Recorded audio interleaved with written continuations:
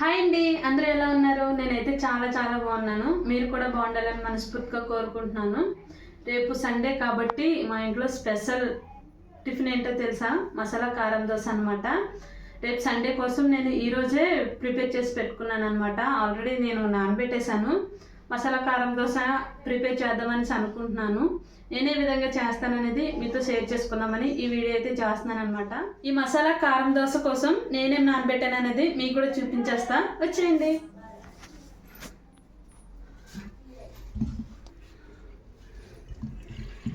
Already మొన్న సాంబార్ ఇడ్లీ చేసినప్పుడు చూపించాను కదండి పట్టు మినుములని, అవే నానబెట్టాను అనమాట. ఇవి కూడా దోశలకి బాగానే ఉంటాయనేసి నానబెట్టాను. నేను ఒక గ్లాసు ఇలా పట్టు మినుములు అయితే నానబెట్టుకున్నాను. ఆల్రెడీ పప్పురంతా తీసేసాను అనమాట, అందుకే ఇంత నీట్గా ఉన్నాయి. ఒక గ్లాసు మినుములకి 3 గ్లాస్ ఆఫ్ రేషన్ బియ్యం అయితే నానబెట్టుకున్నాను. 3 గ్లాసులు రేషన్ బియ్యం అనమాట.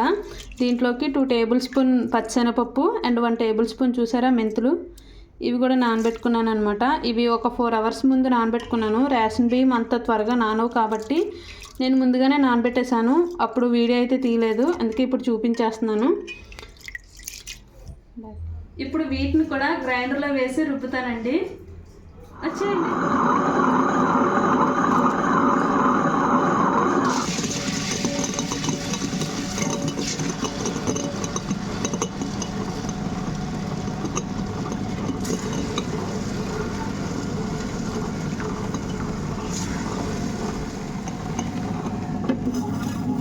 గ్రైండర్లో పప్పు వేసేసాక మూత పెట్టేసి ఒక అరగంట సేపు అలా పెట్టేశానండి.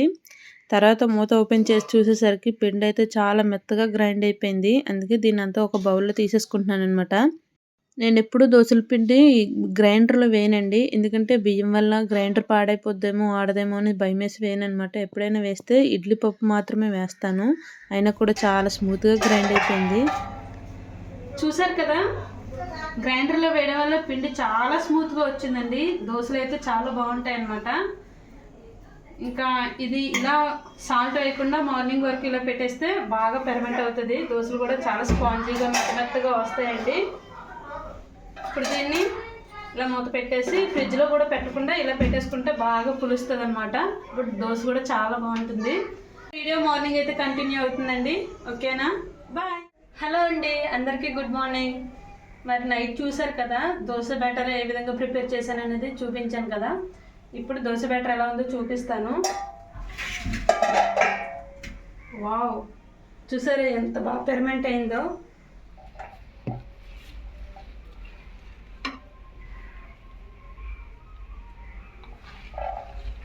చూస్తున్నారు కదా, చాలా బాగా పులిసింది. ఇప్పుడు దీంట్లోనే కొంచెం సాల్ట్ వేసుకొని పక్కన పెట్టేసుకుందామా.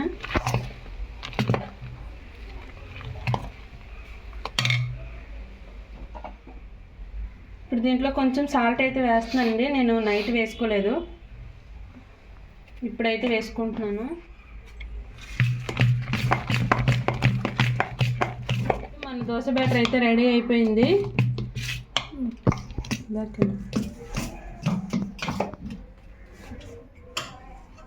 దోశ బ్యాటర్ రెడీ అయిపోయింది కదా. ఇప్పుడు దీన్ని పక్కన పెట్టేసుకొని మనం చేసుకునే దోశలు మసాలా కారం దోశలు కాబట్టి ఫస్ట్ కారం ఏ విధంగా ప్రిపేర్ చేసుకోవాలో చూపించేస్తాను. మసాలా కారానికి ఏమేమి ఇంగ్రీడియంట్స్ తీసుకున్నానో చూపించేస్తారండి.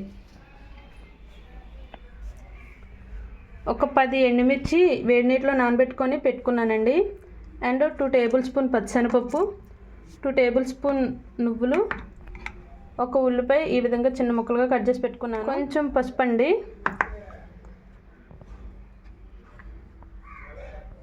అండ్ 4-5 వెల్లుల్లి అనమాట. దీంట్లోకి కొంచెం సాల్ట్ కూడా పడుతుంది కాబట్టి నేనైతే దాన్ని చూపించలేదు, వేసేటప్పుడు చూపిస్తాను. దీంట్లో కొంచెం ఆయిల్ అయితే 1 టేబుల్ స్పూన్ ఆయిల్ అయితే వేసుకుంటున్నానండి. ఆయిల్ బాగా హీట్ అయిన తర్వాత 2 టేబుల్ స్పూన్ పచ్చిశనగపప్పు తీసుకున్నాను కదా, పచ్చిశనగపప్పు అయితే వేసేసుకుంటున్నాను.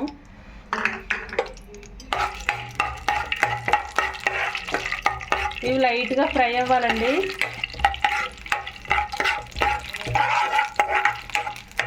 ఇవి కాస్త ఫ్రై అయిన తర్వాత నువ్వులు కూడా వేసేసుకుంటున్నాను.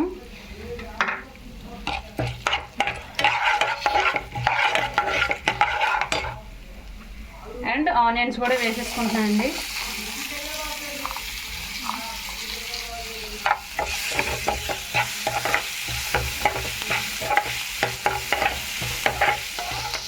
ఇప్పుడు ఇవి కూడా బాగా ఫ్రై అయిపోయాయి కదా, స్టవ్ ఆపేసుకొని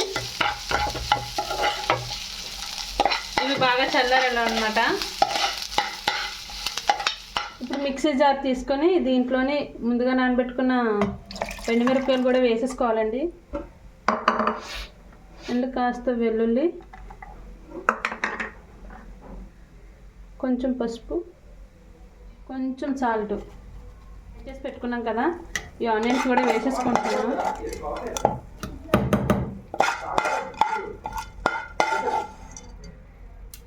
ఆల్రెడీ మనం ముందు వాటర్ వేసుకున్నాం కాబట్టి ఇంకా వాటర్ అయితే వేయట్లేదన్నమాట. మూత పెట్టేసి దీన్ని మిక్సీ పెట్టేసుకుందాం. కారం అయితే రెడీ అయిపోయిందండి. ఇప్పుడు దీన్ని ఒక బౌల్లో తీసేసుకుంటే ఇంకా మనకు కారం అయితే రెడీ అయిపోయినట్టే.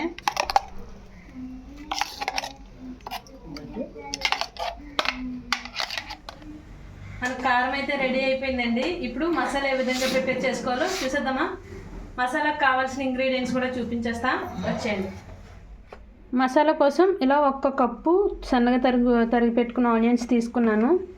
అండ్ ఒక 4 పొటాటోస్ అండి ఉడికించి తీసుకున్నాను. ఒక 4-5 పచ్చిమిర్చి ఈ విధంగా కట్ చేసుకొని పెట్టుకోవాలి. అండ్ కొంచెం పసుపు, కొన్ని పోపులు, 3 రెమ్మల కరివేపాకు కూడా తీసుకున్నానండి. ఇంతే అండి, ఇంకేమీ లేవు. ఇప్పుడు మసాలా ఏ విధంగా ప్రిపేర్ చేసుకోవాలో చూపించేస్తా, వచ్చేయండి. ముందు నేను ఏ ప్యాన్ అయితే తీసుకున్నానో సేమ్ అదే ప్యాన్ తీసుకున్నానండి. కొంచెం ఆయిల్ అయితే వేస్తున్నాను. ఫస్ట్ పోపులు అయితే వేసేసుకుంటున్నాను. దీంట్లోకి సన్నగా తరిగి పెట్టుకున్న ఆనియన్స్ కూడా వేసేసుకుంటున్నానండి. ఇవి బాగా ఫ్రై అవ్వాలన్నమాట. కాస్త ఫ్రై అవ్వడానికి సాల్ట్ అయితే వేసుకుంటున్నాను. దీంట్లో కొంచెం అల్లం వెల్లుల్లి పేస్ట్ కూడా వేసుకుంటున్నానండి.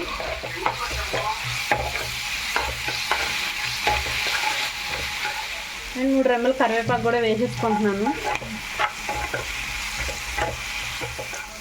ఇవి బాగా ఫ్రై అయిపోయాయి కాబట్టి ఉడికించుకున్న బంగాళదుంపలు కూడా వేసేసుకోవాలండి.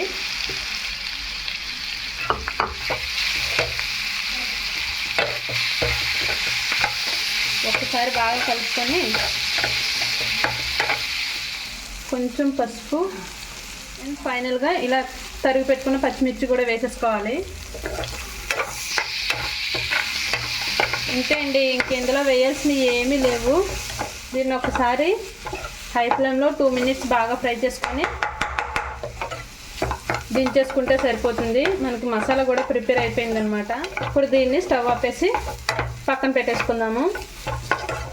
చూసారు కదా, మసాలా కూడా ప్రిపేర్ అయిపోయింది. చాలా ఈజీగా చేసేసుకోవచ్చు అండి, ఎవరైనా చాలా సింపుల్గా చేసేసుకోవచ్చు. ఇప్పుడు మనకు మసాలా కూడా ప్రిపేర్ అయిపోయింది అండ్ కారం కూడా రెడీ అయిపోయింది కాబట్టి ఇప్పుడు వేడివేడిగా దోశలు వేసుకొని తినేద్దామా.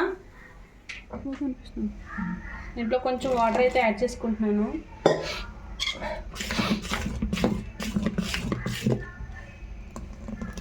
దోశల పిండి కన్సిస్టెన్సీలో ఉండాలండి, అప్పుడు దోశలు బాగా పలుచగా వస్తాయన్నమాట. చూసారా, ప్యాన్ బాగా హీట్ అయింది. ఇప్పుడు కొంచెం వాటర్ చల్లుకొని, వాటర్ వేసిన వెంటనే ఆ ప్యాన్ ఆ తడి ఆరిపోవాలండి, అంత బాగా హీట్ అవ్వాలన్నమాట ప్యాను. చూసారా, వాటర్ ఆరిపోయింది కదా. ఇప్పుడు మీడియం ఫ్లేమ్లో పెట్టుకొని దోశ అయితే వేసుకోవాలి.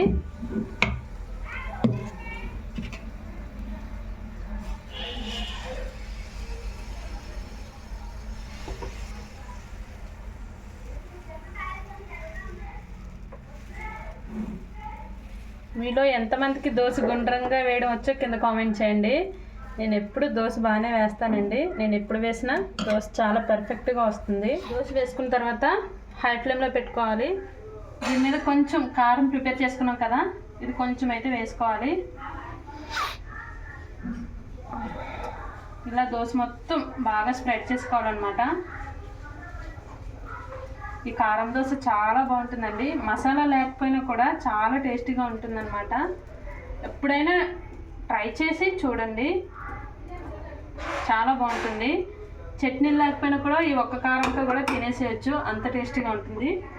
దీని మీద కొంచెం లైట్గా ఆయిల్ కూడా అప్లై చేసుకోవాలి. మళ్ళీ ఆయిల్ ఎక్కువ వేసేసింది అని కామెంట్ మాత్రం చేయకండి. మసాలా దోశలోకి కొంచెం ఆయిల్ ఎక్కువ ఉంటేనే కొంచెం దోశ చూడడానికి కూడా బాగుంటుంది అనమాట. అందుకోసమే నేను ఆయిల్ అయితే వేసాను. ఆయిల్ వేయకుండానే వేస్తానండి, కానీ ఇది మసాలా దోశ కాబట్టి ఖచ్చితంగా ఆయిల్ వేయాలి. అప్పుడే దోశ చాలా క్రిస్పీగా అండ్ చూడడానికి కూడా చాలా మాయిశ్చర్గా ఉంటుందన్నమాట. చూసారా, అంచుల వెంట కొంచెం క్రిస్పీగా బ్రౌనిష్ కలర్లో అయిపోయింది కదా. ఇప్పుడు మసాలా అయితే వేసుకోవాలి.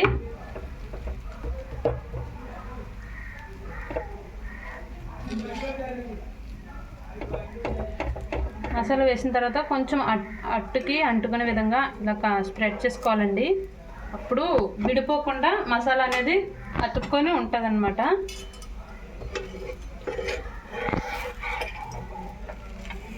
చూసారా, దోశ కూడా చాలా క్రిస్పీగా అయిపోయింది. రెండో సైడ్ కాల్చుకోవాల్సిన అవసరం లేదండి, ఈ విధంగా వన్ సైడ్ కాల్చేసుకుంటే సరిపోతుంది. చూసారా, నెక్స్ట్ దోశ నుంచి ఇంకా బాగా వస్తాయి అన్నమాట. ఎందుకంటే ప్యాన్ ఇంకా బాగా హీట్ అయ్యి ఉంటుంది కాబట్టి దోశలు ఇంకా బాగా వస్తాయండి.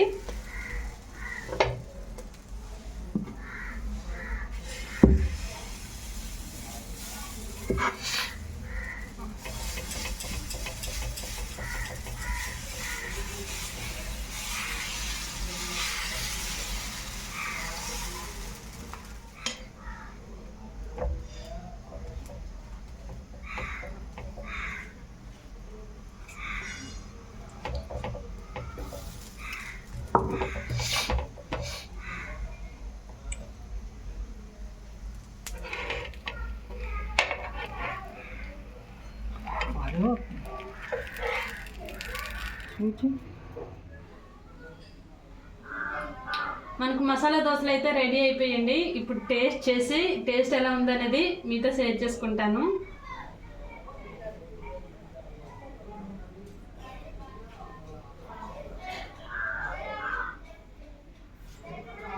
చూసారా మసాలా దోశ,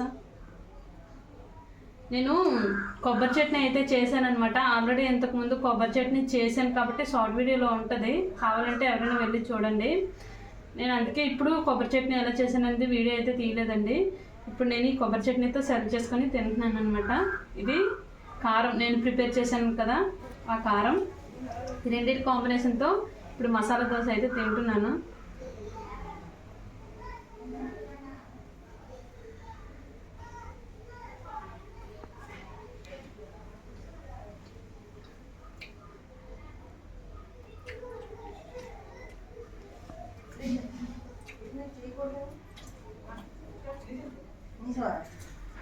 దోశ తినేటప్పుడు, మసాలా దోశ తినేటప్పుడు మసాలా అనేది దోశ మధ్యలో ఉంటుంది కాబట్టి ఇలా మధ్యలో నుంచి తుంచుకొని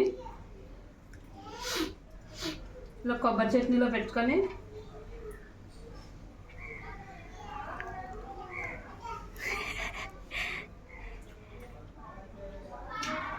చాలా బాగుందండి. నేను చెప్పడం కాదు, టేస్ట్ అయితే అదిరిపోయింది. చాలా చాలా చాలా బాగుంది. సేమ్ హోటల్ స్టైల్లో దోశలో ఉందన్నమాట, అంత టేస్టీగా ఉంది. ఖచ్చితంగా మీరు కూడా ఎప్పుడైనా ఇలా ట్రై చేయండి. మీకు ఎలా కుదిరింది అనేది నాకు కామెంట్ చేయండి. నాకైతే ఎక్సలెంట్గా ఉందన్నమాట. మా ఇంట్లో దోశలు ఎక్కువగా తింటారు కాబట్టి ఈరోజు స్పెషల్గా మసాలా దోశ అయితే చేశానండి. టేస్ట్ అయితే అదిరిపోయింది, నాకైతే చాలా బాగా నచ్చింది. ఎప్పుడైనా ట్రై చేసి, ఎప్పుడు ఒకేలా కాకుండా మీరు కూడా డిఫరెంట్గా అప్పుడప్పుడు ఇలా కూడా ట్రై చేసి ఇంట్లో వాళ్ళకి పెట్టారనుకోండి, చాలా హ్యాపీగా తింటారు. కడుపు కూడా ఒక కట్టుతో ఫుల్ అయిపోతుందండి, అంత టేస్టీగా ఉంది.